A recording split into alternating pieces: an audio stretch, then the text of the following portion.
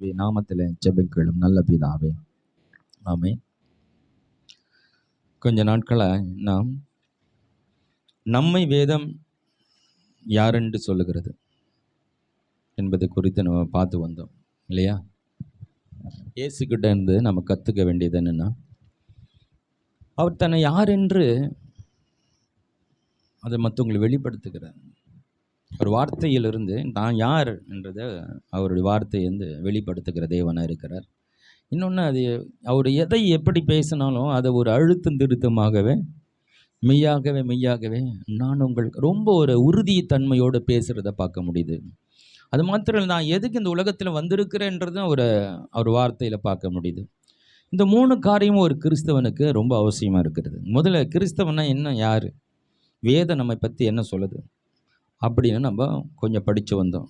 அப்போ தான் நம்ம யாருன்னு தெரிஞ்சால் தான் நாம் வந்து அதன்படி நடக்க முடியும் இல்லையா?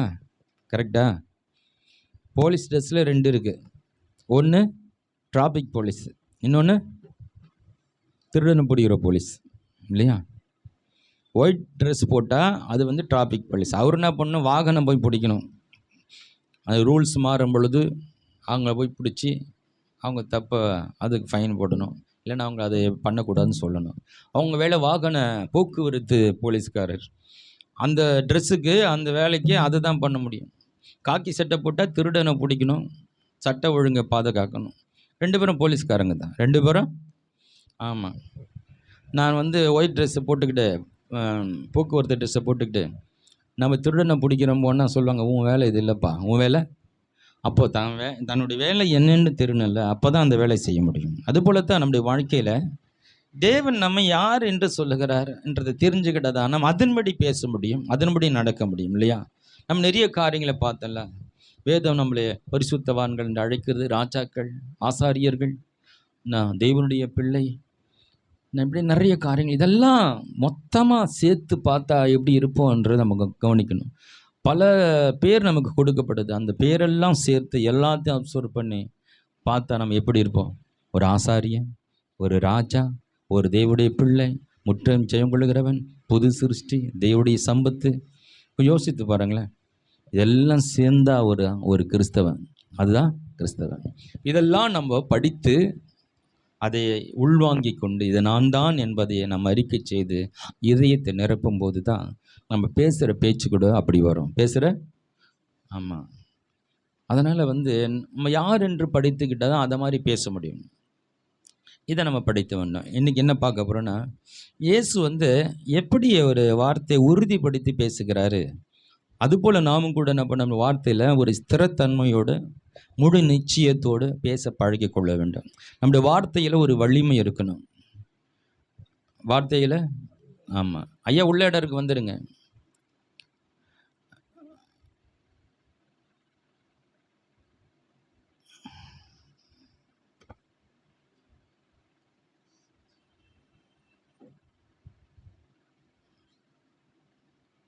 பரவாயில்ல, இப்போ தான் ஸ்டார்ட் பண்ண போகிறோம். வரலையும் ஸ்டார்ட் பண்ணிக்க. ஹல்லேலூயா.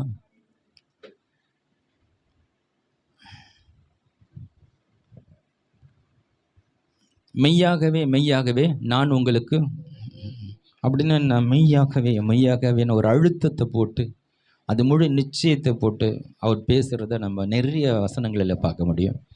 இதில் வந்து நீங்கள் மத்தேயு, மார்க், லூக்கால பார்த்து அதில் நிறைய இடத்துல ஒரே ஒரு மெய்யாகவே தான் இருக்குது. ஆனால் யோவான் வரும் பொழுது அதை 2 முறை சொல்கிறாரு, மெய்யாகவே மெய்யாகவே. இப்போ யோவான் இவங்களெல்லாம் காட்டிலும் அதிகமாய் அவருடைய மார்பில் சாய்ந்து உன்னிப்பாய் கவனித்திருக்கிறார். அதனால தான் அவர் மெய்யாகவே என்ற 2 முறை அவர் இயேசு சொல்லியிருக்கிறார் என்பதை இவருடைய வசனங்களில் உறுதிப்படுத்துகிறது பார்க்க முடியுது. ஒரு சில வசனங்களை மட்டும் வாசிக்க, நிறைய வசனங்கள் வரும் இந்த மாதிரி. உதாரணத்துக்கு சில வசனத்தை நான் காட்டுறேன். யோவான் எழுதின சுவிசேஷ புத்தகம் 8ஆம் அதிகாரம் 34வது வசனம். இயேசு அவர்களுக்கு பிரதியுத்தரமாக, பாவம் செய்கிறவன் எவனும் பாவத்துக்கு அடிமையா இருக்கிறான் என்று, செய்கிற எவனும் பாவத்துக்கு அடிமையா இருக்கிறான் என்று மெய்யாகவே மெய்யாகவே உங்களுக்கு சொல்லுகிறேன். மெய்யாகவே மெய்யாகவே உங்களுக்கு சொல்லுகிறேன். ஒரு முக்கியமான விஷயத்தை சொல்லிட்டு அதை ரொம்ப உறுதிப்படுத்துவதற்கு இதுதான் கரெக்டு, இது இப்படி தான் நடக்க போகுதுன்றதை உறுதிப்படுத்த தான் இந்த மெய்யாகவே மெய்யாகன்னு சொல்கிறாரு. நான் சொல்கிறது 100% கரெக்ட், அதுக்கு மேலே ஒன்றுமே இல்லைன்றதுக்காக அதை ஸ்ட்ராங் பண்ணுறாரு. மெய்யாக மெய்யாகவே நான் உங்களுக்கு சொல்லுகிறேன். அதுலேயே 51வது வசனத்தை வாசிக்கலாம். 8:51. ஒருவன் என் வார்த்தையை கை கொண்டால் அவன் என்றைக்கும் மரணத்தை காண்பதில்லை என்று மெய்யாகவே மெய்யாகவே உங்களுக்கு சொல்லுகிறேன் என்றார். அதுல 58 வாசிங்க. அதற்கு இயேசு, ஆபிரகாம் உண்டாயிருக்கு முன்னமே நான் இருக்கிறேன் என்று மெய்யாகவே மெய்யாகவே உங்களுக்கு சொல்லுகிறேன் என்றார். இதெல்லாம் ரொம்ப நிறைய வார்த்தை பேசுகிற, சில வார்த்தைகளுக்கு மட்டும் ரொம்ப இந்த மாதிரி மெய்யாகவே மெய்யாகவே ரொம்ப இம்பார்ட்டன்ட் பண்ணுறார். முக்கியத்துவப்படுத்தி பேசுகிறத பார்க்க முடியுது. ஏன் இந்த மெய்யாகவே மெய்யாகவே ரொம்ப அழுத்தம் கொடுத்து பேசுகிறேன்னா, இந்த உலகத்தில் ஏற்கனவே பிசாசு பொய்யை விதைத்து இருக்கிறான். பொய்யை, ஆமாம், இந்த உலகத்தில் இந்த வேத சத்தியத்தை விட்டுட்டு வெளியே போயிட்டேன்னா எல்லாமே பொய்யால் நிறைந்திருக்கிறது. பொய்யா உண்மையை போல பேசுவாங்க. நாங்கள் பார்த்தா உண்மை இருக்கிறது இல்லையா? இந்த வேதத்தை தவிர வேறு ஒன்றும் சத்தியம் இல்லை, வேறொன்றும் சத்தியம் இல்லை. இந்த சத்தியம் என்பது மாறாதது, மாற்ற முடியாதது இல்லையா? இந்த ஏறக்குறைய இயேசு கிறிஸ்துக்கு முந்தின 1500 ஆண்டு காலம் முன்னாடி எழுதப்பட்ட வேத புத்தகம். இயேசு கிறிஸ்துக்கு பிறகு ஒரு 100 ஆண்டுகள், கிட்டத்தட்ட 1600 ஆண்டுகள் எழுதப்பட்ட புத்தகம். நம்ம கையில் வரைக்கும் கிட்டத்தட்ட 2000 வருஷம் ஆயிடுச்சு இந்த புத்தகம் எழுதப்பட்டு இல்லையா? இப்போ 2000 வருஷம் பொறுத்த படிச்சுட்டு இருக்கிறோம். காலங்கள் மாறுறது, எல்லாமே மாறி போகுது. இந்த பைபிள் மட்டும் மாற மாட்டேங்குது இல்லையா? இது மட்டும் அப்படி நிற்குது பாருங்க, தனியாக நின்றுட்டு. எல்லா காலத்துக்கும் பிறந்தது, எல்லா காலத்துக்கும். ஆமாம், ஒரு விஞ்ஞானி ஒன்று கண்டுபிடிக்கிறாரு. அந்த கண்டுபிடிப்பு அதுக்கப்புறம் அடுத்த ஒரு விஞ்ஞானி அதுக்கு தாண்டி இன்னொன்று கண்டுபிடிக்கிறாரு. அதை விட இது சிறந்ததுன்றாங்க. அப்போது இன்னொருத்தர் வர்றாரு, அதை இன்னொன்று கண்டுபிடிக்கிறாரு, அது சிறந்ததுன்றாரு. இப்படி எல்லாமே மாறிக்கிட்டே இருக்குது. அவர் சொன்னப்போ அது உண்மையாக இருந்தது, அடுத்து சொல்லும் போது அது உண்மை இல்லை, இதுதான் உண்மையின் ஆகுது. இப்படி எல்லாமே மாறிக்கிட்டு இருக்கிற இந்த உலகத்தில் இந்த கடவுளுடைய வார்த்தை மட்டும் மாறாததாக இருக்கிறது. வானமும் பூமியும் ஒழிந்து போனாலும் என்னுடைய வார்த்தைகளும் ஒழிந்து போகாது, மாறாது, மாற்ற முடியாது, யாராலும் முடியாது. அல்லேலூயா. இதை மாற்றி அமைக்க, ஏன்னா இது தேவனுடைய வார்த்தையாக இருக்கிறது. அதனால் இந்த உலகத்தில் ஏற்கனவே பொய்யால் நிறைந்திருக்கிறபடினால இது மெய்தான் என்று சொல்ல வேண்டிய கட்டாயம் இருக்கிறபடினால இயேசு மெய்யாகவே மெய்யாகவே நான் உங்களுக்கு சொல்லுகிறேன் என்ற ஒரு அழுத்தத்தை கொடுத்து பேசுகிறார். இப்போ ஏற்கனவே பிசாசு என்ன பண்ணுறேன்னா, இந்த பொய்யெல்லாம் பரப்பி நிரப்பி வைத்திருக்கணும். உலகம் முழுவதும் பொய்யால் நிறைந்திருக்கு, உலகமும் பொல்லாங்கனுக்குள் கிடக்கிறது. அதனால் இயேசு நான் சொல்கிறது மெய்தான் என்றதை ஒரு அழுத்தத்தை கொடுத்து பேசுகிறத நம்மளால் பார்க்க முடியுது. மாத்திரம் இல்லை, பொய்யை பரப்பி மட்டும் இல்லை, அந்த பொய்யை இந்த உலகம் நம்பிட்டு இருக்கு. பெரிய பொய்யான கதையை கேட்கல, அந்த பொய்யே முழுசாமல் நம்பி உலகத்தில் அந்த பொய் தான் சத்தியம்னு சொல்லி இந்த உலகம் நம்பி இருக்கிற. அப்படின்னால இது அழுத்தம் குறித்து சொல்ல வேண்டிய ஒரு கட்டாயம் இயேசுக்கு ஏற்படுறதுனால தான் அவர் மெய்யாகவே மெய்யாகவே. ஆமாம், ஏதோ பைபிள் வாசிக்கிறாங்கன்னு நீங்கள் நினைக்காதீங்க, நமக்கு சேர்த்து தான். ஹல்லேலூயா. ஏதோ பைபிளே ஆண்டவர் எது சொன்னார் வசனத்தை சொல்லிட்டு இருக்கான்னு நினைக்காங்க, உங்களுக்கும் சேர்த்து தான். மெய்யாகவே மெய்யாகவே இதுதான் சத்தியமாக இருக்கிறது, இதுதான். இப்போது அவர் தெளிவாக இருக்கிறார். ஏன்னா பொய்யை பரப்புறதுல இந்த பிசாசு ரொம்ப கெட்டிக்கார், ரொம்ப. ஆமாம், இந்த பொய் தான் ஃபஸ்ட்டு மனிதனுடைய வீழ்ச்சிக்கான காரணம். மனுக்குள் விழுந்ததுக்கு முக்கிய காரணமாக இந்த பொய். முதல் பொய் பேசுனது யாருன்னா பிசாசு இல்லையா? அடுத்து அந்த பொய்யை கொண்டு மனுக்குலத்தில் சேர்க்குறான். ஏவாளிடத்தில் ஃபஸ்ட்டு கேள்வி கேட்குறான் இல்லையா? அவர் இந்த தோட்டத்தில் உள்ள கனிகள் எல்லாம் புசிக்கக்கூடாது என்று, எல்லா கனியும் புசிக்கக்கூடாதுன்னு சொன்னாரா? அவர் அப்படி சொல்லவே இல்லையே. தோட்டத்தில் நடுவில் இருக்கிற ஒரு கனியை தான் புசிக்கக்கூடாதுன்னு சொன்னார். ஆனால் அப்படி கேட்குற, மாற்றி பேசுகிறான். அதாவது சந்தேகம், பொய், அது ஒரு மனிதனுக்குள்ளே வந்தோன்னு அவனுக்கு நிலையற்ற தன்மை வந்துடும். நிலையற்ற ஒரு சந்தேகத்தை விதையை போட்டோன்னா அந்த சந்தேகம் ஊர்ஜிதான் நம்ப ஆரம்பிச்சிருமோன்னு அது வந்து நான் வந்து அந்த பொய்யை தூக்கி போட்டோன்னா சந்தேகம் வந்துடும் நிலையற்ற தன்மை வந்துடும். நிலையற்ற ஆமாம். ஃபஸ்ட்டு என்ன போடுறதுன்னா ஒரு பொய்யை தூக்கி போட்டு அப்புறம் சந்தேகத்தை உருவாக்கி ஒரு நிலையற்ற தன்மை வந்துடும். நிலையற்ற தன்மை வந்தாலும் அவங்களுக்கு என்ன பேசுறதுன்னு தெரியாது. இதுதான் இந்த உலகத்தில் நடந்து கொண்டு இருக்கு. அப்போ சத்தியத்தை பேசக்கூடியவர்கள் இதுதான் இப்படி தான் 100% உண்மை நிச்சயமா என்ற வார்த்தை இந்த உலகத்தில் யாராவது பேசுறதை கேட்டிருக்கீங்களா? யாரும் பேசலை. ஆண்டவர் மாத்திரம் தான் பேசுகிறாரு.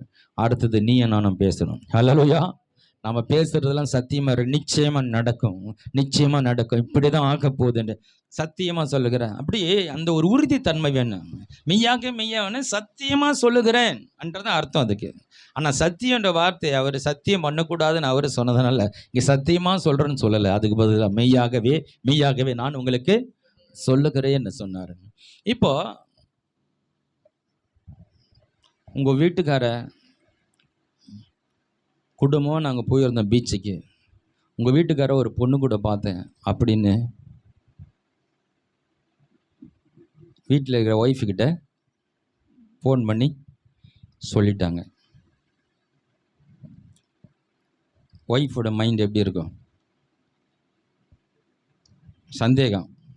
அந்த பொய் கதை வந்தோன்னா அது பொய் தான், அது உண்மையாக இல்லைன்னு தெரியல. அவங்க பார்த்தது அவங்க வீட்டுக்கார மாதிரி இருந்தவரா தெரியாது. இவங்களுக்கு வீட்டுக்கார மாதிரி இருக்குன்னு ஒரு ஃபோன் பண்ணி சொல்லிட்டாங்க. உங்கள் வீட்டுக்கார நான் ஒரு பொண்ணு கூட பீச்சில் பார்த்தேன்னா அப்படியே எப்படி இருக்கும் பத்தியா? நான் என்னென்ன கஷ்டப்பட்டு துணி துவைக்கிறேன், சோறு ஆக்கி போடுறேன், எல்லாம் சேவை செஞ்சேன். அப்படியே நம்ம ஓடும் மைண்டில். அப்படியே அவங்க ஒரு பிட்டு போட்டாங்க, மிச்சம் படம் இவங்களுக்கு ஓடும். முழு படமும் பார்த்துட்டு இருப்பாங்க. இவங்க பார்த்துட்டு இருப்பாங்க.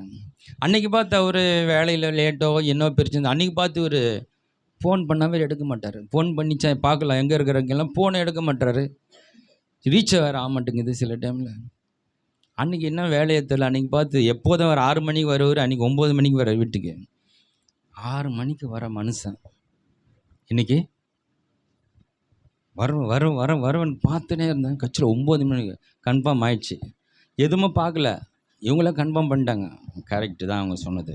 6 மணிக்கு வர ஆள் 9 மணிக்கு வராரு. கண்டிப்பாக அவங்க சொன்னதா உண்மையா? இல்லைங்க வேலையில் லேட் ஆகிடுச்சு, இந்த மாதிரி வேலை இருந்ததுன்னு. எனக்கு தெரியும், நியூஸ் வந்துடுச்சு. நியூஸு நல்லா உன் கதையெல்லாம் தெரியும். சத்தியம் பண்ணி சொன்னால் கூட அவங்க நம்ப மாட்டாங்க. பாருங்கள், ஒரு சின்ன ஒரு பொய் அவங்க மேலே ஒரு சந்தேகம் வந்துடுச்சு. அதுக்கப்புறம் என்னாச்சுன்னா ஒரு நிலையற்ற நிலைமை, ஒரு நிலையில்லாத ஒரு மனநிலைக்கு வந்துடும். அந்த பிசாசு போடுற ஃபஸ்ட்டு அந்த பொய்யை தூக்கி வந்து போட்டு ஒரு சந்தேகத்தை கொண்டு வந்து உங்களை என்ன பண்ணுற ஒரு ஸ்திரமற்ற நிலைக்கு கொண்டு போயிடுவாங்க. அதுக்கப்புறம் அவங்களுடைய வாழ்க்கையில் பார்த்தீங்கன்னா அவங்க பேச்சில் வந்து நம்ம உண்மையை சொன்னாலும் அவங்க நம்ப மாட்டாங்க. நிலையற்ற தன்மை வந்துடும். இதுதான் பிசாசுடைய சதி. நம்மளால் ஏன் எனக்கு சரியாக உறுதியாக பேச முடியலன்னா நமக்கு ஒரு நிலையற்ற தன்மை இருக்கிறது. சரியாக நமக்கு தெரியல, அதுவான்றதுனால நமக்கு நம்ம அது இருக்குமோ இருக்காதோ, அது போனாரோ இல்லையோ, நடக்குமோ நடக்காது, எதுவுமே உறுதியாக தெரியல. யாரும் சொல்லதை கேட்டோம், அவ்வளோதான். நாம் இன்னும் அதை ஊர்ஜிதப்படுத்தலை. ஆனால் அதனால் நம்ம மனநிலை என்ன ஆகுது? அப்படியே ஒரு தடுமாற்றத்தை உண்டாக்குறது. இப்போ நிலையில்லாத தன்மையில் நம்ம என்ன பேச முடியும்? எதையும் நம்ம உறுதியாய் நம்முடைய உள்ளத்தில் இல்லாத பொழுது அதுவான்ற ஒரு மனநிலை வரும்போது நம்ம பேச்சு கூட அப்படி தான் இருக்கும். நிலையற்ற நிலை. அப்போ நம்ம எங்கிறது ஆண்டவரை போல உறுதியாக பேச முடியும்? ஆண்டவர் ரொம்ப தெளிவாக அறிந்திருக்கிறார்.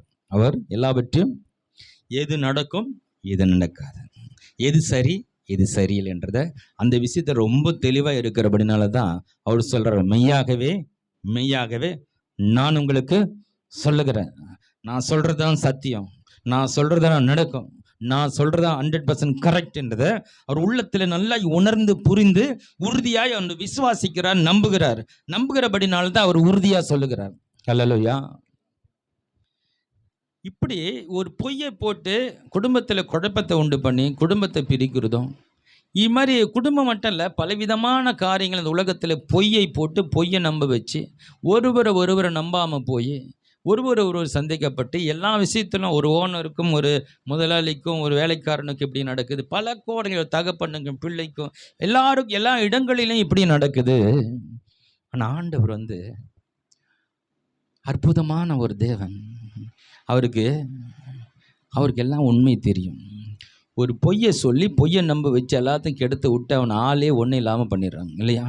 ஒரு பிள்ளை நல்லா படிக்கலை அதை சொல்லி உண்மையில் அது படிக்காமல் கூட இருந்திருக்கலாம். படிக்கலைன்னு அது படிக்கலைன்னு சொல்லி மேலும் அதையே அந்த வார்த்தையை பயன்படுத்தி இது வேஸ்ட்டு, இந்த புள்ள படிக்க மாட்டேங்குது, படிப்பு வர மாட்டேங்குது, மக்குன்னு சொல்லி இந்த வார்த்தையை ஆணித்தரமாக சொல்கிறாங்க. என்ன சொல்கிறாங்க? ஸ்ட்ராங்காக சொல்கிறாங்க, இந்த புள்ள வேஸ்ட்டு, இந்த பையன் வேஸ்ட்டுப்பா. இதே சொல்லி அந்த பிள்ளை காதலை கேட்டு கட்சியில் அது ஒன்றுமே இல்லாமல் போயிடுது. ஆனால் இதை எல்லாமே பிசாசு கொண்டு வருகிற ஒரு விதமான ஒரு வழி தான். ஆனால் ஆண்டவர் இதை எப்படி டீல் பண்ணுறாருன்னா, ஒருத்தர் உண்மையிலே தப்பு செய்து இருந்தாலும், உண்மையிலே ஒருவன் மக்கா இருந்தாலும், உண்மையிலே ஒருவன் எவ்வளோ மோசமாக இருந்தாலும், ஆனால் ஆண்டவர் இதை ஒரு ஆப்போசிட் வழியில் இதை எப்படி கையாளுறாரு, அவனை எப்படி அவன் உள்ளத்தை மாத்துறாரு. ஆண்டவர் ஒரு வசனத்தை சொல்றாரு, வாசிக்கலாம். 1 தீமோத்தேயு புத்தகம் 1ஆம் அதிகாரம் 12ஆம் வசனம்.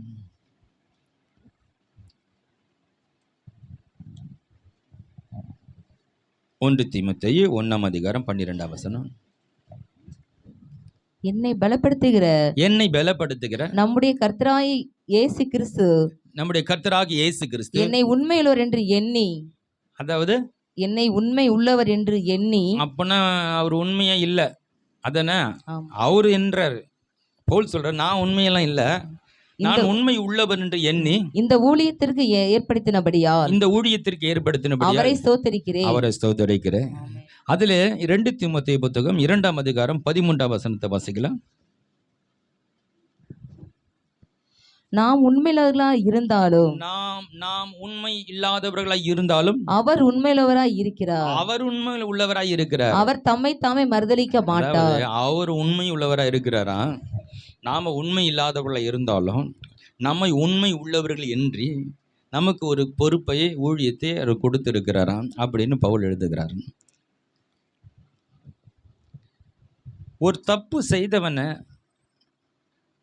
செய்யாதவன் என்பது ஒருத்தர் நம்ப வேண்டிய ஆள் நம்பும் பொழுது, எனக்கு தப்பு செஞ்சவனா இருந்தாலும் அவன் ஆட்டோமேட்டிக்காக தப்பு செய்தவனா மாறிடுறான். இதுதான் தேவனுடைய வழி. தேவனுடைய குற்றமே நடந்திருந்தாலும் குற்றமே நடக்காதது போல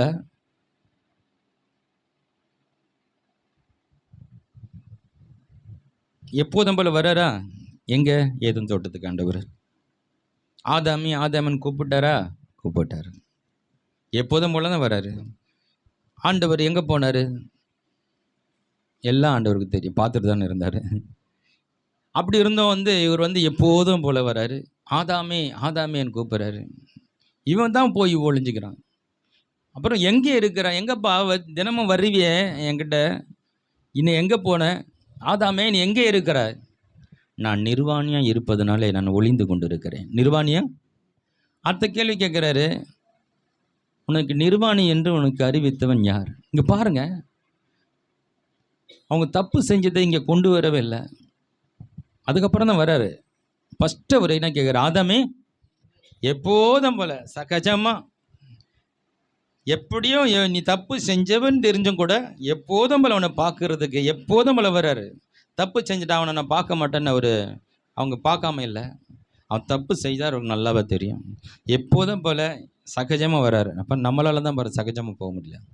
ஒரு குற்ற உணர்வு வந்துடுச்சுன்னா தேவ சந்நிதியில் நம்மளால் போக முடியல. நம்ம குற்றவாளியாக இருந்தாலும் அவர் நம்மளை தேடி வர்றாரு பாருங்க. ஹல்லேலூயா. அதை தான் நம்மளை உருவாக்குற தேவன். ஹல்லேலூயா. அப்போ நம்ம உண்மை இல்லாதவர்களை இருந்தாலும் உண்மை உள்ளவர் என்று அவர் நம்ம மேல் நம்பிக்கை வைக்கிறார். இதுதான் கடவுளுடைய மிக அற்புதமான ஒரு ஆண்டவர் நம்மை மாற்றுகிற ஒரு மாபெரும் ஒரு வழியை வைத்திருக்கிறார். பிசாசு செய்யாத தவறுகள் எல்லாம் தவறு செய்தவன் என்று சொல்லி நம்மளை தவறு செய்தவனா மாத்துறான். சொல்லி ஒரு தப்பா மக்குன்னு சொன்னால் கொஞ்ச நாள் ஆயிடுறான். ஏதோ ஒன்று படித்து மறந்து போயிருப்பான். உடைச்சல உனக்கு சில காரியங்கள் வராமல் இருந்திருக்கும். அதனால் இவனை மக்குன்னு சொல்லி கடைசியில் அதையே சொல்லி கட்சியில் அவன் என்ன பண்ணுறான், அவனை மக்காவை ஆக்கி விட்டுறது. இது பிசாசுனுடைய வழி. இது ஒன்றும் இல்லாதவன் கொஞ்சம் பலவீனாயிரம் இன்னும் ஓவராக பலவீனம் ஆக்கி விட்றது. கொஞ்சம் ஒன்று வரலைன்னா சுத்தமாக எதுவும் வராத மாதிரி ஆக்கி விட்டுறது. ஆனால் ஆண்டவர் சுத்தமாக ஒன்றுமே வராட்டி கூட அவர் என்ன சொல்கிறாரு, உண்மையாக இல்லாத ஒருத்தனை கூட உண்மை உள்ளவன் என்று என்றார். ஹல்லேலூயா.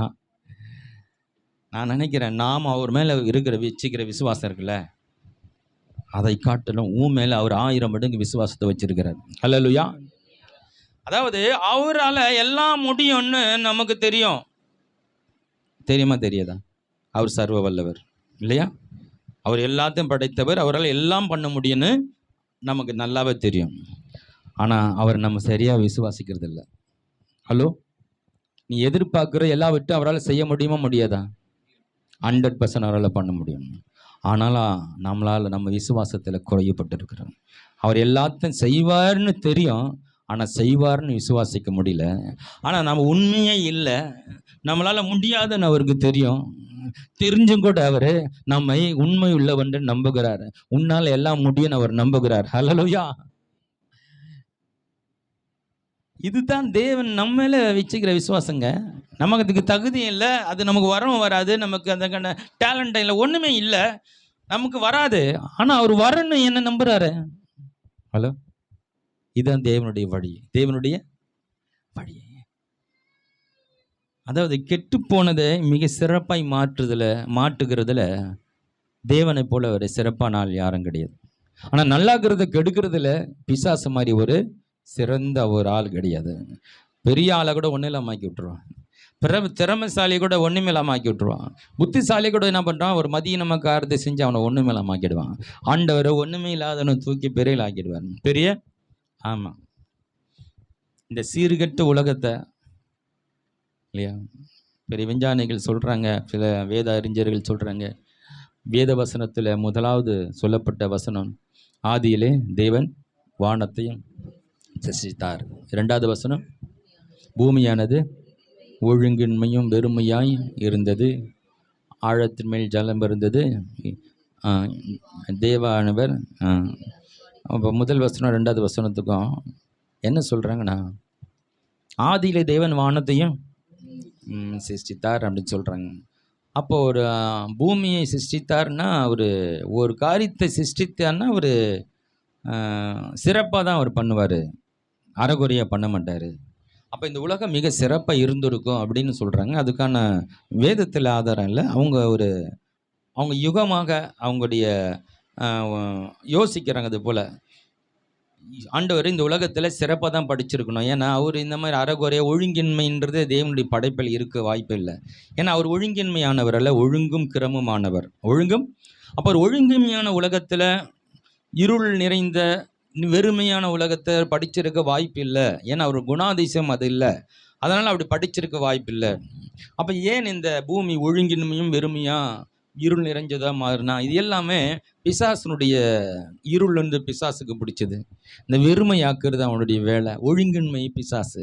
அப்போது இந்த உலகத்தில் விழுந்து போன பிசாசு, பரலோகத்திலேருந்து தள்ளப்பட்ட பிசாசானவன் இந்த பூமியை அழகாக இருந்ததை அவன் கெடுத்து நாசப்படுத்தினான் என்று வேத அறிஞர்கள் அவங்க இப்படி ஒரு கருத்தை சொல்கிறாங்க. ஒருவேளை இருக்கலாம், இல்லாமல் போகலாம். ஆனால் ஆண்டவர் என்ன பண்ணுறான், அந்த ஒழுங்கின்மையை அவர் என்ன பண்ணுறாரு, அந்த ஒழுங்கின்மை வெறுமை எல்லாவற்றையும் என்ன பண்ணுறாரு, அந்த ஒழுங்கில்லாத ஒன்றை அழகாய் மாற்றுகிறார். ஹல்லேலூயா. முதல் வேலை அதான் ஆண்டவருடைய வேதத்தை படித்தோன்னே ஃபஸ்ட்டு வேலை ஒழுங்கின்மை வெறுமை இருள் இதை மாற்றுறதான் வேலை, இதை மாற்றுறதான் வேலை. அப்போது இவர் எதில் எக்ஸ்பர்ட்னா, ஒன்றுத்துக்கும் உதவாதது மிக சிறப்பாக மாற்றுறது, வெறுமையானதை நிறைவாக்குவதில் ஒரு பெரியவர், ஒழுங்கின்மையை ஒழுங்குபடுத்துவதில் ரொம்ப ஒரு பெரியவர், இருளை வெளிச்சமாக்குறதுல இவர் பெரியவர், தீமைகளை நன்மைகளாய் மாற்றுகிறதில் இவர் பெரியவர், சாபத்தை ஆசீர்வாதமாய் மாற்றுவதில் இவர் பெரியவர். ஹல்லேலூயா. பலவீனத்தை பலனாய் மாற்றுவதில் இவர் பெரியவர், பைத்தியக்காரனை ஞானியாய் மாற்றுவதில் இவர் பெரியவர். ஹல்லேலூயா. இப்படி நிறைய சொல்லிட்டு போடுவாங்க.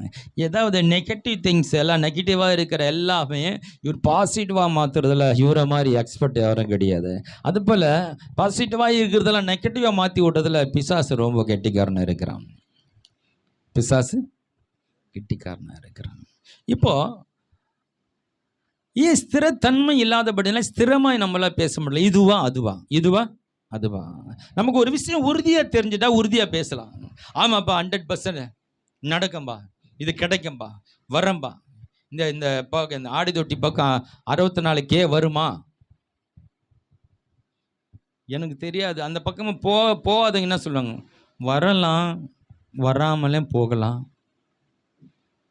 எனக்கு சரியாக தெரியலப்பா, எனக்கு ஒருவேளை அது நல்ல இந்த பக்கம் வரும், எனக்கு கண்டிப்பாக இந்த ஆடு தொட்டி வழியாக 64K பஸ்ஸு கண்டிப்பாக வரும், நிச்சயமாக வரும்னு சொல்ல முடியும் இல்லையா? அதுபோல் நிலையற்ற தன்மையில் நம்மளால் இதையும் உறுதியாக பேச முடியல. தேவன் எல்லாவற்றும் சரியாய் புரிந்து இருக்கிற அப்படின்னு அவர் என்ன பண்ணுறாரு, ஸ்ட்ராங்காக மெய்யாகவே நான் சொல்கிறேன்னு ஸ்ட்ராங்காக பேசுகிறாரு. நாம் கூட நம்முடைய வாழ்க்கையில் எல்லாவற்றையும் தெளிவுபடுத்தி பேச பழகி கொண்டால் நம்முடைய வார்த்தை கூட வலிமை நிறைந்ததாக இருக்கிறோம். எது நடக்குமோ அதை ஸ்ட்ராங்காக பேசுவோம். ஹல்லேலூயா. இப்போ ஸ்ட்ராங்காக பேசும்போது அது ஸ்ட்ராங்காக நடக்கும். வெளிச்சம் உண்டாக கடவுது அப்படின்னா அவருக்கு தெரியுது, நான் சொன்னால் நடக்கும், இந்த வார்த்தைக்கு வல்லமை இருக்கிறது அவருக்கு நல்லா தெரிஞ்சு தான் வெளிச்சம் உண்டாக கடவுது என்று சொல்றாரு. அது என்ன நினைச்சு சொல்றாரு, நான் சொன்ன நடக்குன்ற ஒரு 100% அவருக்குள்ள ஒரு விசுவாசம் இருக்கிறதுனால தான் அதை சொல்றாரு. உடனே நடக்குது. 100க்கு அதிபதி கேட்கிற, ஆண்டவரே நீர் ஒரு வார்த்தை சொல்லும் வேலைக்காரன் சொஸ்தமாவான். அவர் அங்க என்ன சொல்றாரு, நீ போகலாம் என்று சொல்றாரு. என்ன சொல்றாரு, வேற ஒன்றும் சொல்லலை, போலாம், நீ போப்பா, அங்க வியாதி சுகமாக இருக்கும் அப்படின்னு கூட சொல்லலை. ஒரே வார்த்தை போலான்ட்டார். போலான்ற வார்த்தை அவனை நம்பி போயிட்டான். அப்போ போலான்னா என்ன அர்த்தம், இன்னும் நினைச்சு போலான்ற வார்த்தை சொல்றார்.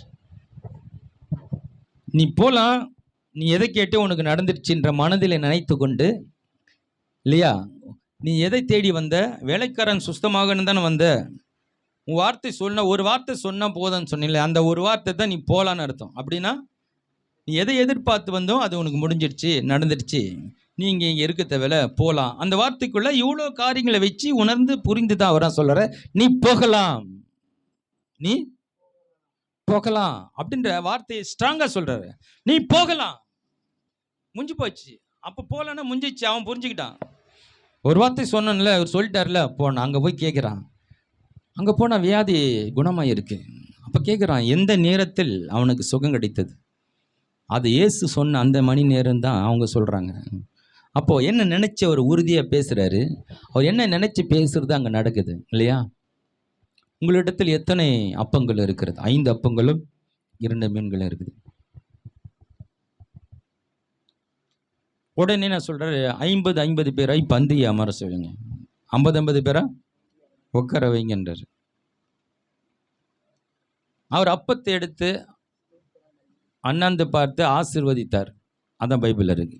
ஆசீர்வதித்து சீசர்கள் இடத்தில் கொடுத்தார். அவர் என்ன நடிச்சவர் ஆசீர்வதித்தார்? அவருக்கு தெரியும், இங்கே புருஷர்கள் 5000 பேர், எல்லாம் சேர்த்து கிட்டத்தட்ட 20,000க்கு மேலே இருக்கலாம். இவ்வளோ பேருக்கு சாப்பாடு கொடுக்கணும். அவர் என்ன எடுத்து ஆசீர்வதிக்கிறார்னா, இந்த சாப்பாடை நான் ஆசீர்வதிக்க போகிறேன், இது இந்த 20,000 பேர் திருப்தியாக சாப்பிட்டு மிச்சம் மீதி கூட நேர நிரப்பி எல்லாரும் எடுத்துகிட்டு போக போகிறாங்க நினச்சி என்ன பண்ணுறாரு, அந்த ஒரு வார்த்தையை அவர் உபயோகிக்கிறார். அதை நினச்சி இந்த அப்பத்தை நான் ஆசீர்வதிக்கிறேன்னு சொன்ன உடனே அது எப்படி மல்டிபிள் ஆகுது. உடனே எடுத்து கொடுத்துட்டே இருக்கிறாங்க, அது போயிட்டே இருக்கிறது. 5 அப்பங்கள் எடுக்க வந்துட்டே இருக்கு. அப்போ ஒரு என்ன நினச்சி அதை உறுதியோடு பேசுகிறோம் என்பது ரொம்ப அவசியமாக இருக்கிறது. நம்ம இயேசுக்கிட்ட பேச கற்றுக்கணும். நம்ம என்ன நினச்சி அதை ஸ்ட்ராங்காக பேசுகிறோமோ அது அப்படியே நடக்கும். இந்த மலையை பார்த்து பெயர்ந்து கடலிலே தள்ளுண்டு போய் என்று நீ சொன்னால் நீ சொல்லுகிறபடியே ஆகும். அப்போ அப்போ என்ன நினச்சி சொல்லணும், நான் சொல்ல உடனே இந்த மலை என்ன பண்ணுறது போய் கடலில் விழ போகுது அப்படின்ற ஒரு மனநிலையிலே அது ஸ்ட்ராங்காக சொல்லும்போது மலை போய் அங்கே விழுன்னு சொல்கிறாரு. நம்மலாம் சொன்னால் நடக்குமா? நாம் ஏற்கனவே எதுவும் சொன்னதை நடக்கலையே. இதெல்லாம் வந்து கால்குலேட் பண்ணுறது இல்லையா?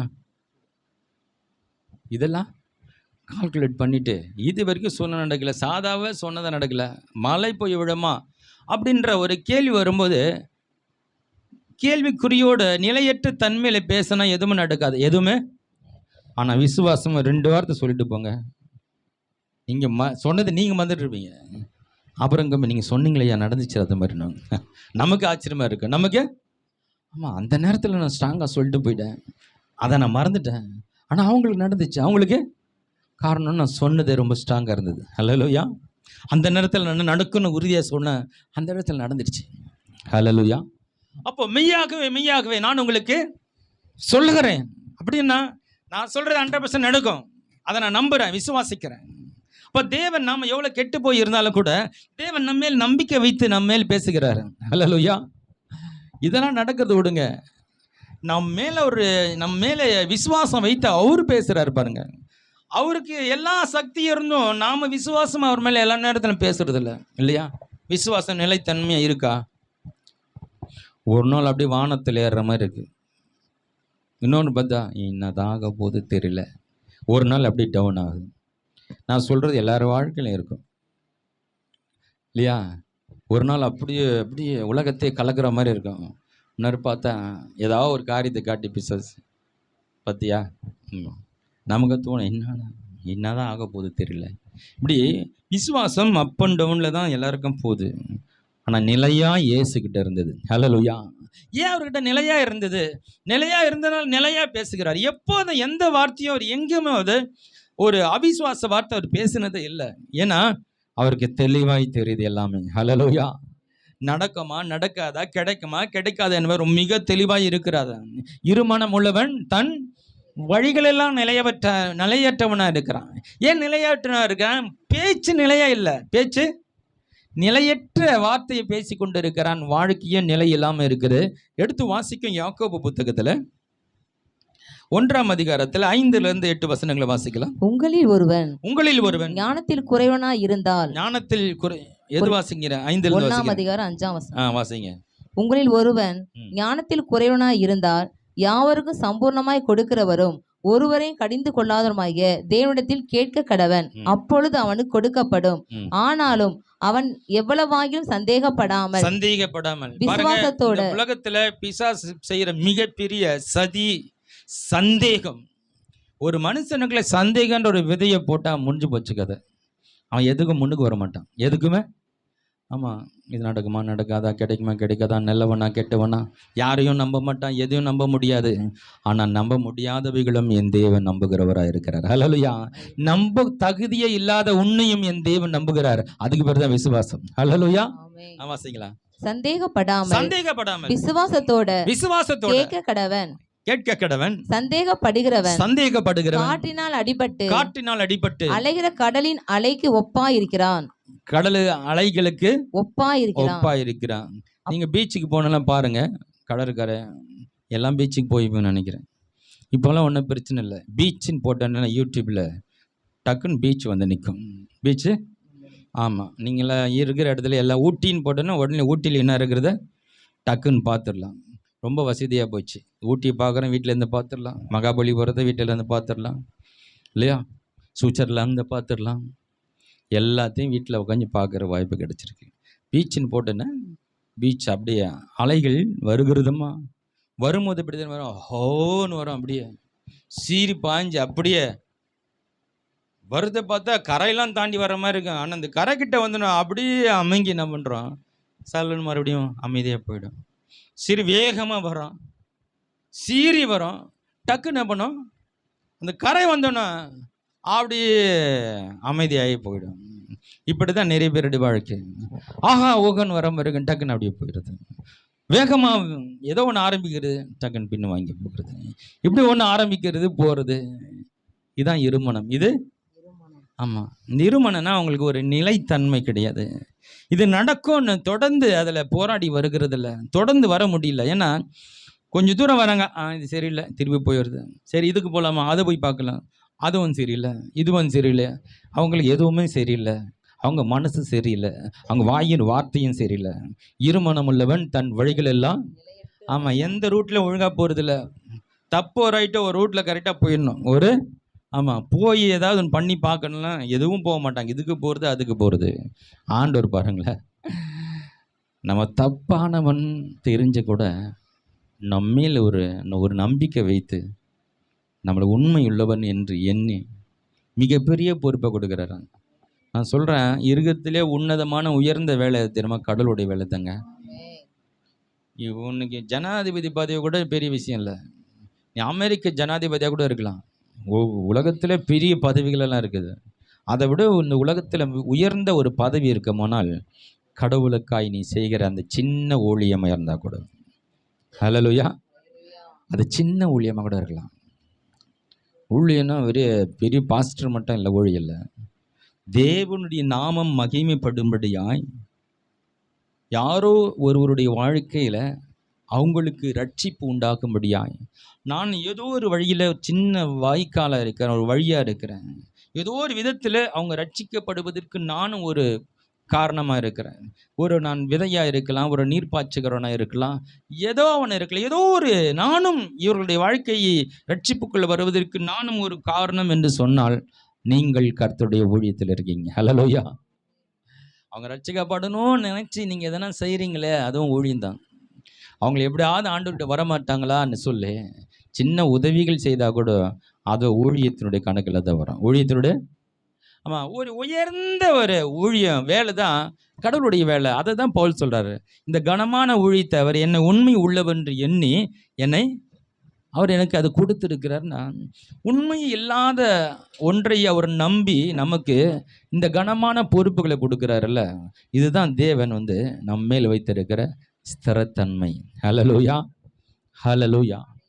நமக்கு அவர் மேலே அப்படிப்பட்ட ஸ்திரமுள்ள ஒரு உறுதியாக நம்ம சொல்லணும், என் தேவன் நிச்சயமாக என் வாழ்க்கை உயர்த்துவார், நிச்சயமாக நான் கேட்டதை என் தேவன் செய்ய அவரால் முடியும், என் கண்கள் காணப்போகுது, நீங்களும் அதை பார்க்க போகிறீங்க.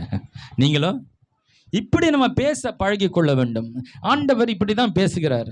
அப்போ உங்களுக்கு இருக்கிற சூழ்நிலைகளின் மத்தியில் நீங்கள் எப்படி பேசணும்னா, அதை நடக்கும் என்று உறுதியாய் இயேசுவை போல பேச வேண்டும். இயேசுவை போல பேச வேண்டும்.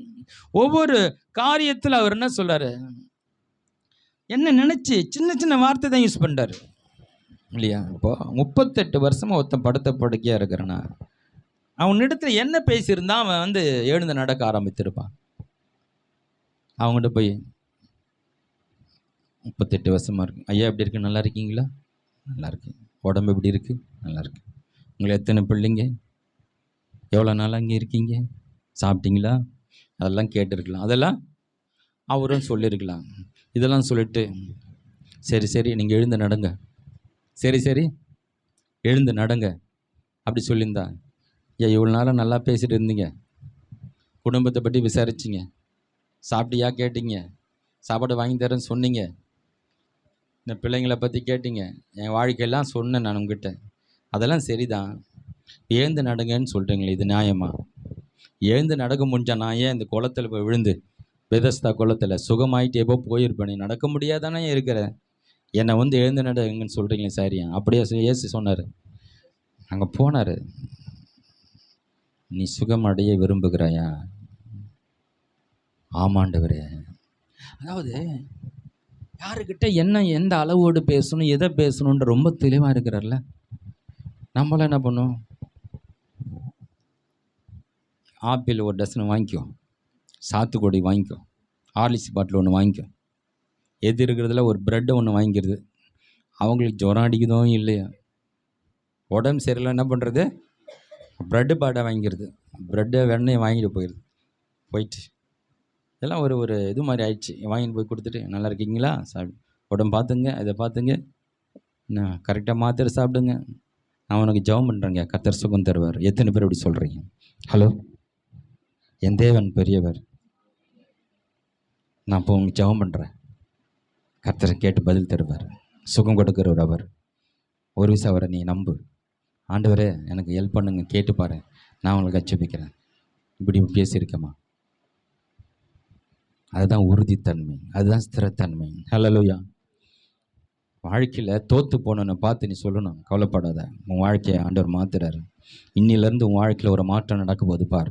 இப்படி பேசி பாருங்க. ஹல்லேலூயா. ஏசு அப்படிதான் தேடி போனாரு. 38 வருஷமா தோல்வி தான். ட்ரை பண்ணி தோற்று போனேன். தோற்று போனகிட்ட போய் சுகமடைய விரும்புறியாப்பா? ஆமாண்டவரே, என்னை கொண்டு போய் விடுறதுக்கு யாரும் இல்லை, என்னால் நடக்க முடியல, 38 வருஷமாக போராடுகிறேன். அப்போ சொன்னார், நீ படுக்கை எடுத்துக்கொண்டு நட.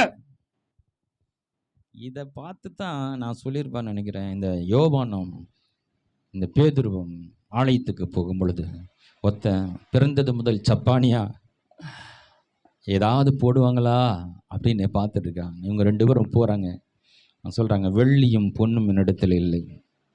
ஹலோ, சாத்துக்கொடியும் ஆப்பிளும் நான் உனக்கு வாங்கி வரவில்லை, நான் பிரெட்டும் உனக்கு வாங்கி வரவில்லை, காசு எதுவும் கொடுக்க நான் வரவில்லை, தேவனிடத்தில் உங்கள் சுகத்தை வாங்கி கொடுக்க வந்திருக்கிறேன். ஹல்லேலூயா. நான் ஜெபிக்க போகிறேன், நீ சுகமாக போகிறாய். சொல்றா, நீ நசரேயனாகிய இயேசுவின் நாமத்தில் எழுந்து நட. ஹல்லேலூயா. அதாவது நம்ம பேசுகிற வார்த்தை மற்றவங்களுடைய வாழ்க்கையை அப்படியே மாற்றிடணும். நம்ம உதவி செய்யலாம், தப்பு இல்லை, நம்ம உதவி செய்கிறது தப்பு இல்லை. நம்ம ஆனால் அந்த உதவினால் அவங்களுக்கு என்ன இருக்குது? ஒரு வேளை சாப்பிடலாம், சரீரத்தில் கொஞ்சம் ஸ்ட்ரென்த்து கிடைக்கலாம், இதெல்லாம் நம்ம பண்ணலாம், பொதுவாக பண்ணுறது தப்பு கிடையாது. நான் அதோட மேலான ஒன்று தேவன் ஒன்று கொடுத்துருக்கிறார். ஹல்லேலூயா. வெள்ளியும் பொண்ணும் பணம்லாம் நிறைய இல்லைப்பா, என்கிட்ட காசு நிறைய இல்லை, ஆனால் இயேசு கிறிஸ்துவோட நாமம் இருக்கிறது. இயேசுனுடைய நான் பிள்ளை, என் நாமத்தினால் எதை கேட்டாலும் அதை செய்வேன்னு அவர் சொல்லியிருக்கிறார். விசுவாசிக்கிறவர்களால் நடக்கும் அடையாளங்கள் யாவன, அவர்கள் வியாதியஸ்தர் மீது கைகளை வைப்பார்கள், பிசாசுகளை துரத்துவார்கள் அப்படின்னு என் தேவன் சொல்லுகிறார். அதை நான் விசுவாசிக்கிறேன். என் ஜெபத்தை கேட்பார், நான் நம்புறேன் போது நாங்கள் போய் ஸ்ட்ராங்காக பேசுவேன். இப்போ ஆண்டவர் ஒரு ஒரு எப்போமா ஒரு வார்த்தையில் தொடர்ந்து நீங்கள் இந்த 4 சுவிசேஷ புத்தகங்களை நீங்கள் தொடர்ந்து திரும்ப திரும்ப வாசித்து பாருங்களேன். உங்கள் பேச்சை மாறிடும், அதாவது ஆண்டவரை பிடிச்சிட்டு போகிறாங்க. அங்கே பேதுரு இருக்கிறான். பேதுரு அந்த கும்பலில் இருக்கிறான், அந்த குளிர்காலங்கள் மத்தியில் உட்காந்துட்டு இருக்கான். அப்போ பேதுரு பார்த்து கேட்குறாங்க, நீரும் அவனோடு இருந்தவன் அவங்களில் ஒருவனாக இருக்கிறாய், உன்னுடைய பேச்சு அவர்களை போல இருக்கிறது. ஏசு கூட 3 வருஷம் நடந்து பேதுரு பேச்சு கூட மாறிட்டு இருக்குது. பேச்சை பார்த்து கண்டுபிடிக்கிறாங்க, ஏசு மாதிரியே நீ பேசுகிற, ஏசு மாதிரியே உன் பேச்சு அவர்களை போல் அந்த கூட்டத்தில் இருக்கிறவங்க பேசுகிற மாதிரி நீ பேசுகிற. அப்போ இந்த கூட்டத்தில் இருக்கிறவங்க இயேசு பேசுகிறத கேட்டுக்கிட்டு அவங்க அப்படி பேச ஆரம்பிச்சிருக்காங்க. அதில் பேச்சை வச்சு கண்டுபிடிக்கிறாங்க. ஹல்லேலூயா. நான் சொல்கிறேன், உங்களை யார் என்று இந்த உலகம் உங்கள் வார்த்தையை கொண்டுதான் அது தெரிந்து கொள்ளப் போகிறது. ஹல்லேலூயா. ஒரு வசனத்தை வாசிப்போமா?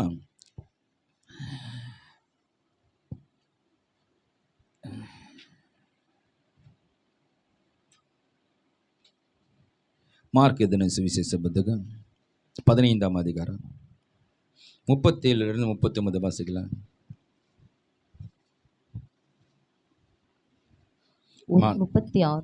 இயேசு மகா சத்தமாய் கூப்பிட்டு ஜீவனை விட்டார். அப்பொழுது தேவாலயத்தின் திரைச்சீலை மேல் தொடங்கி கீழ் வரைக்கும் 2ஆக கிழிந்தது.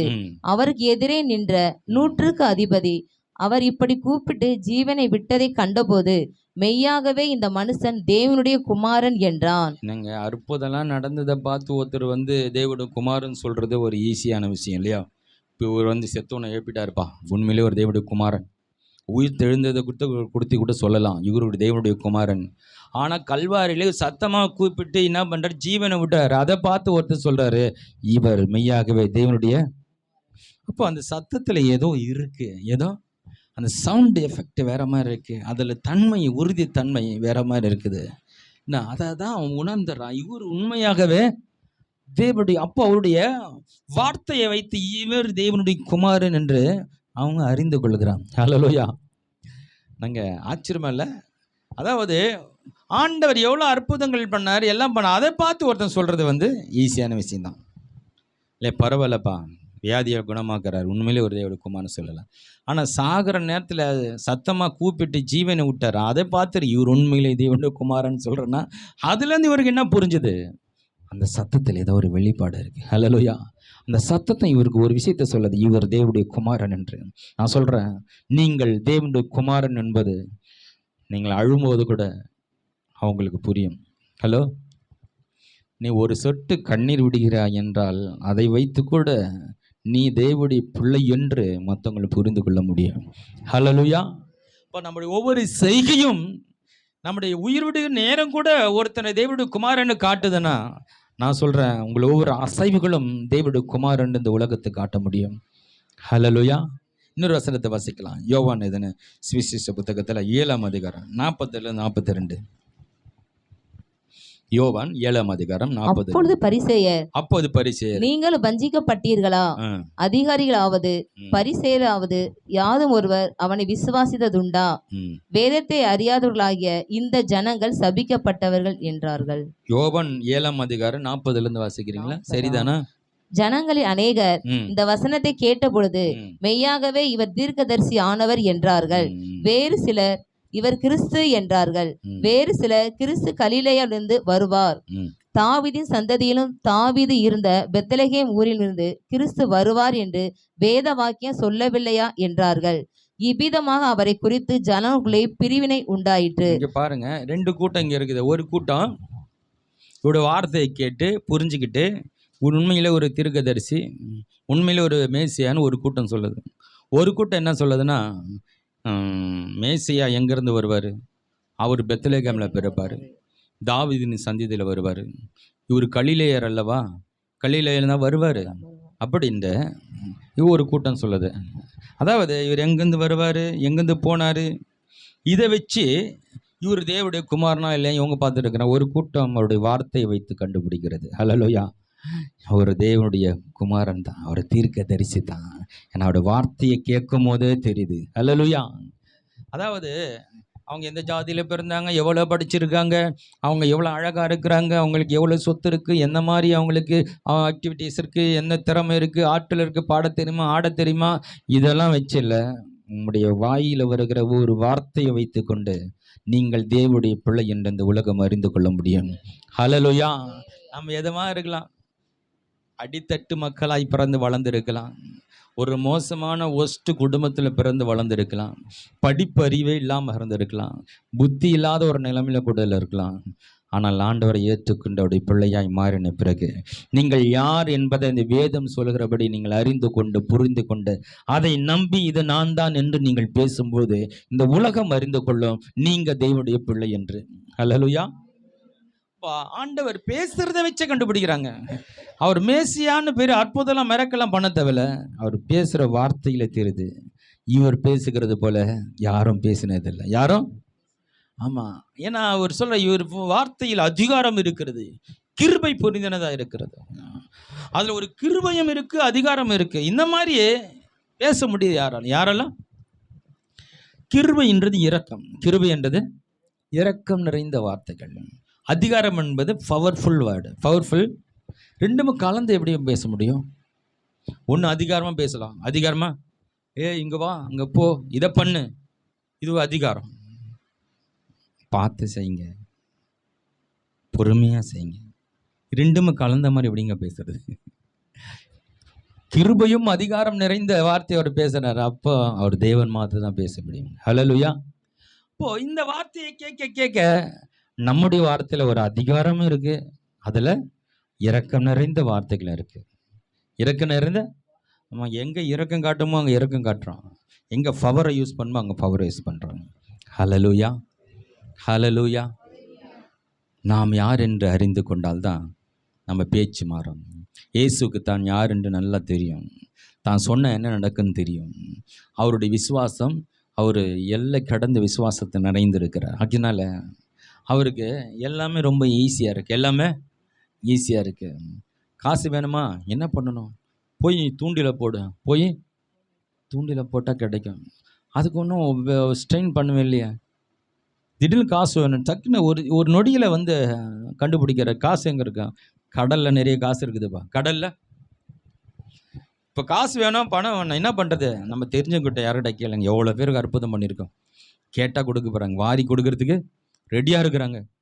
ஒரு வார்த்தை சொன்ன போதும் கொடுக்கறதுக்கு நிறைய பேர் பணத்தில் ஏற்கனவே ஊழியம் செஞ்சுட்டு இருக்காங்கன்னு வேதம் சொல்லுது. அவங்ககிட்ட ஒரு வார்த்தை சொன்னால் அவங்களே கட்டிடுவாங்க. இயேசுவால் நன்மை பெற்றவர்கள் அநேகர் இருக்காங்க. அவருடைய வரி கட்டுறதுக்கு பணத்தை கொடுக்க தயாராக இருக்காங்க. நான் யாருக்கிட்ட அவர் கேட்கல, யாருக்கிட்டையும் கேட்கல. அவர் புது வழியை கண்டுபிடிக்கிறார். அவருடைய ஆவியின் கண்களை திறந்து பார்க்குறாரு. நிறைய பணம் கடலில் கொட்டி கிடைக்குது. பணம் நிறைய வெள்ளி பணங்கள் கடலில் இருக்குது. என்ன பண்ணார் பேதுருவே, நீ போய் கடலில் தூண்டில போடு. அதை பேசுறாங்க. நீ போய் தூண்டில் போடு, அதில் அது முதல் வர மீன் வாயை திறந்து பாரு, அதில் ஒரு வெள்ளி பணம் இருக்கும், அதை எடுத்துன்னு வந்து நீ கட்டு. எவ்வளோ உறுதி இருக்கு பாருங்க. ஹல்லேலூயா. நீ எதற்கு போ, இருவழி சந்தியிலே ஒரு கழுதையை கட்டியிருக்கு கண்பாய், அதை அவுத்து கொண்டு வா. கழுதையை சொந்தக்காரன் கேட்பானா? என்ன கேட்பாரு? அவன் கழுதை சொந்தக்காரன் கேட்க தானே செய்வான். ஹலோ, நீங்கள் ஒரு ஆடு வளர்க்குறீங்கன்னு வச்சுங்களேன், ஒருத்தன் வந்து அவுத்துட்டு போனா கொம்னு இருப்பீங்களா? யாருப்பா நீ ஆட்டை அவுக்கிற கேட்பீங்களா இல்லையா? ஒரு கழுதை வச்சுருக்கான். அன்றைக்கி கழுதைன்றது எல்லார் வீட்டில் இருக்க ஒரு வாகனம் போல், ஒரு வாகனம் போல். அது எல்லாத்துக்கும் யூஸ் பண்ணிப்பாங்க. பொதி சுமக்கிறதுக்கும் இவங்க அது மேலே ஏறிக்கிட்டு பயணம் பண்ணுறதுக்கும் கழுதைன்றது எல்லா வீட்டிலையும் இருக்கும். அப்படி இருவழி சந்தியில் ஒரு கழுதையை கட்டி வச்சுருக்கு. அந்த கழுதையை ஆண்டவர் சொல்கிறாரு, நீ போய் அந்த அவுத்துடுவான்றார். ஏன்னா அடவடித்தனமாக இல்லை, யாரோ வளர்த்து கட்டி வச்சுருக்கிறது அவுத்துடுவான்னு.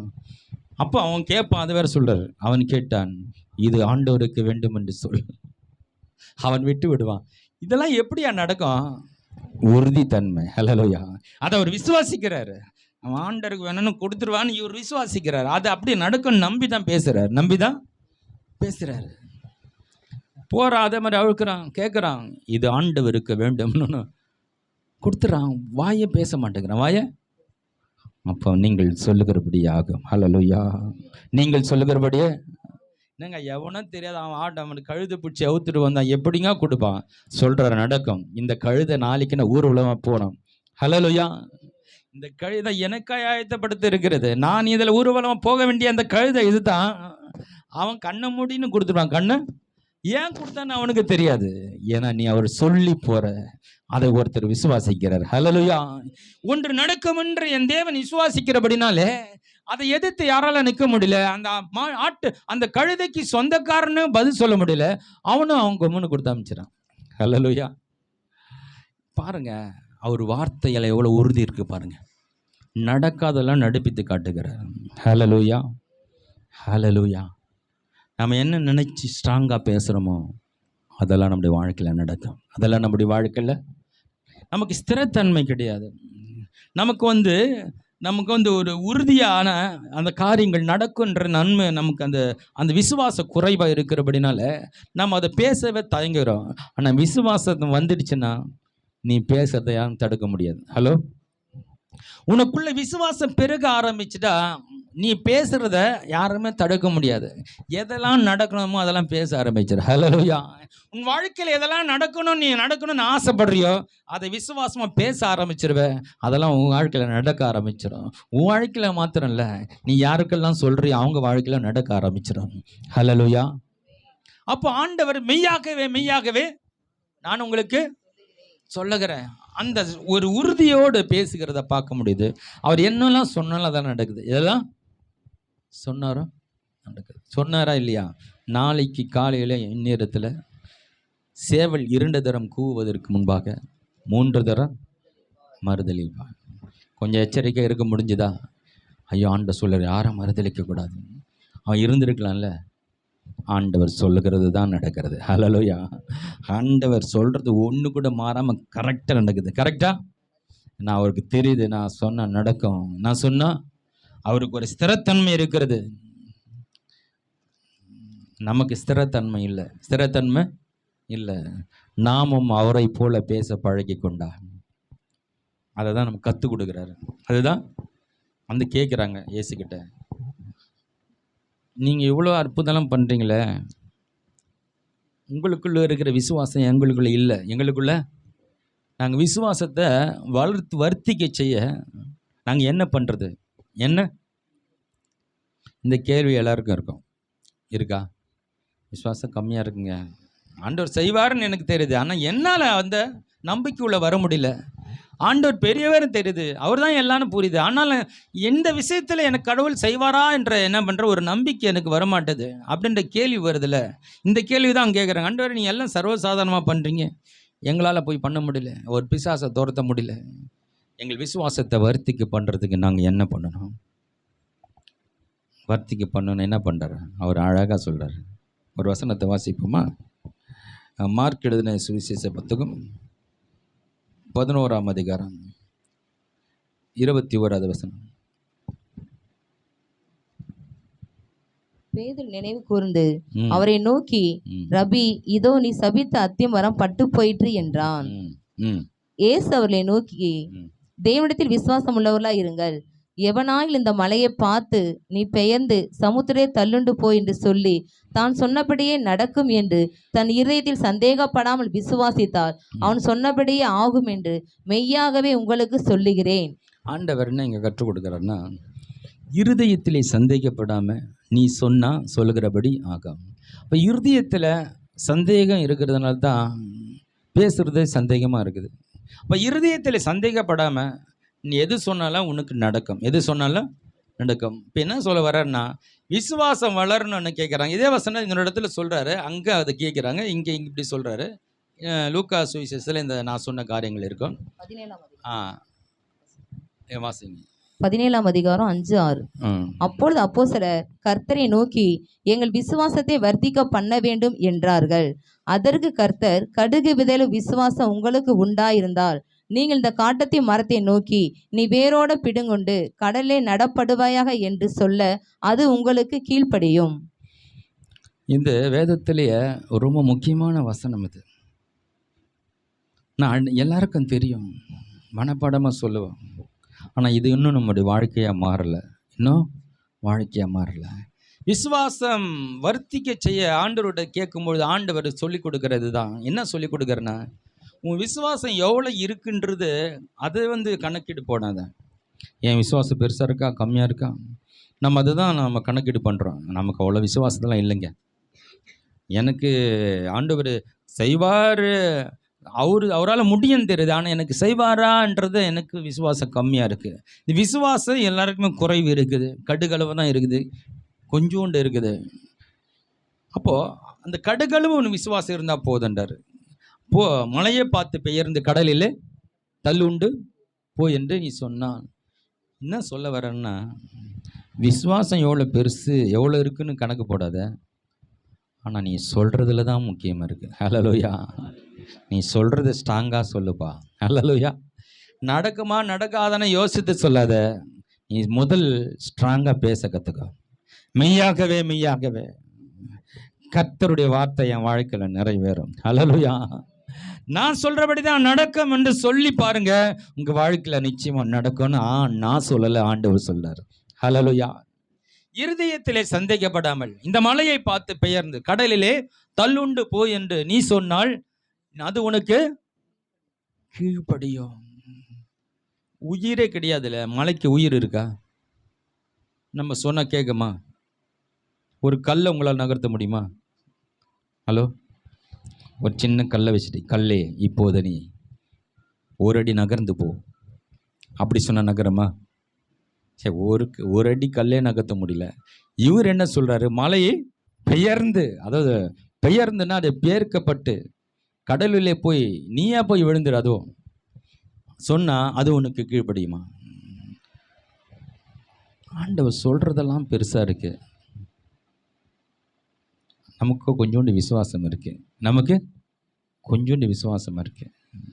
ஆனால் விசுவாசம் இருக்குது போதும், நீ சொல்ல கற்றுக்கப்பா, பேச கற்றுக்க. நீ பேச இன்னிலேருந்து நம்ம ஒரு முடிவு எடுப்போமா? ஹல்லேலூயா. ஆண்டவர் நமக்கு பெரிய சபையை கொடுக்க போகிறார். ஹல்லேலூயா.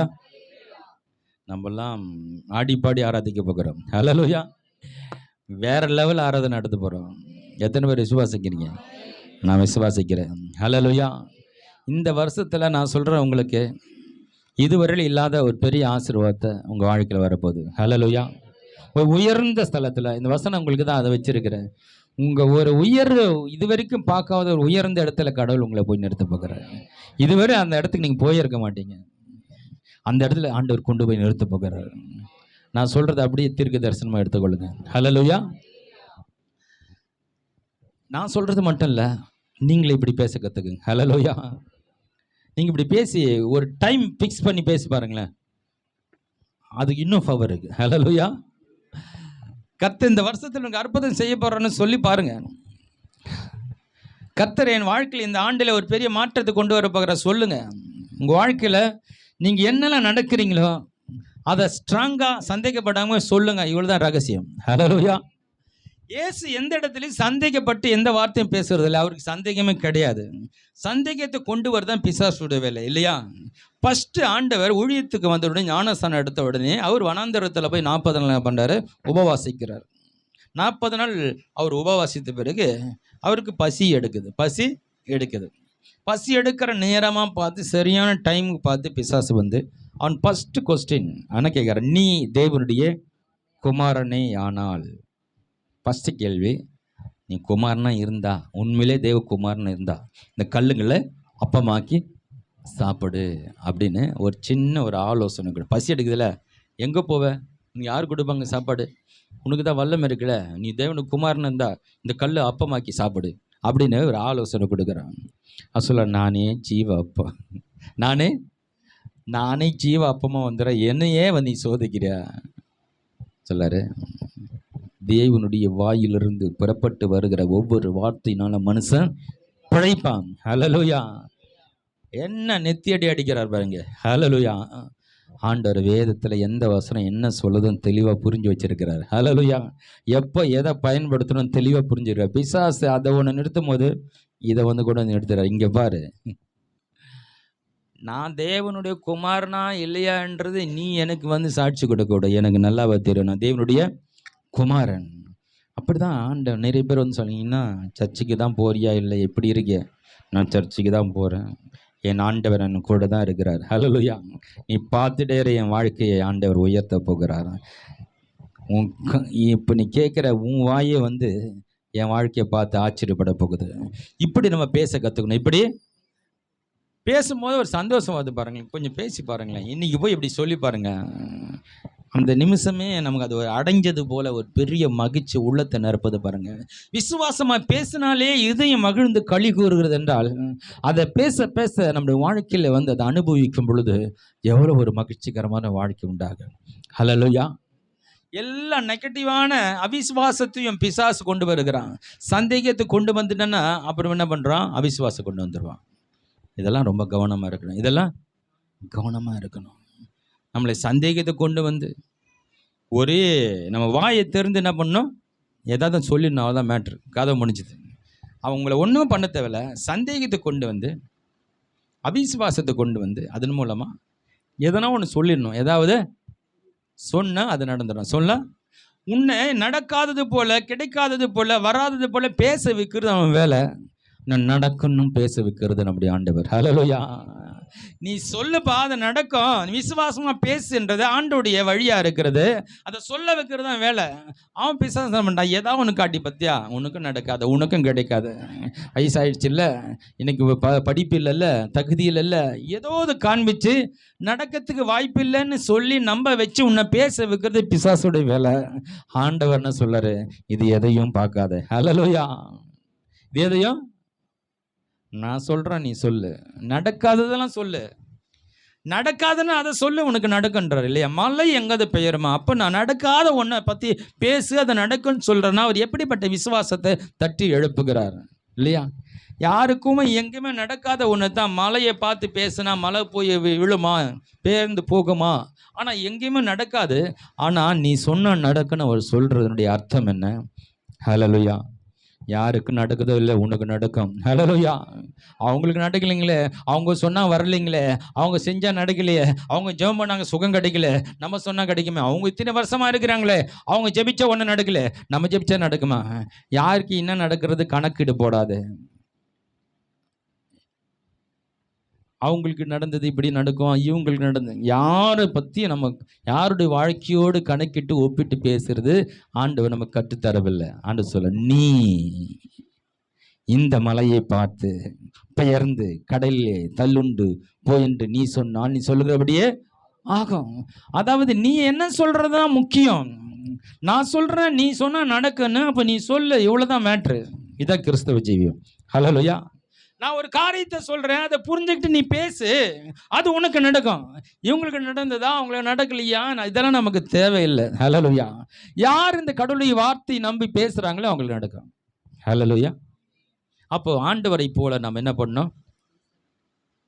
ஸ்ட்ராங்கா பேசணும். ஹல்லேலூயா. ஒரு உறுதியோட பேசணும். கண்களை மூடுவோமா?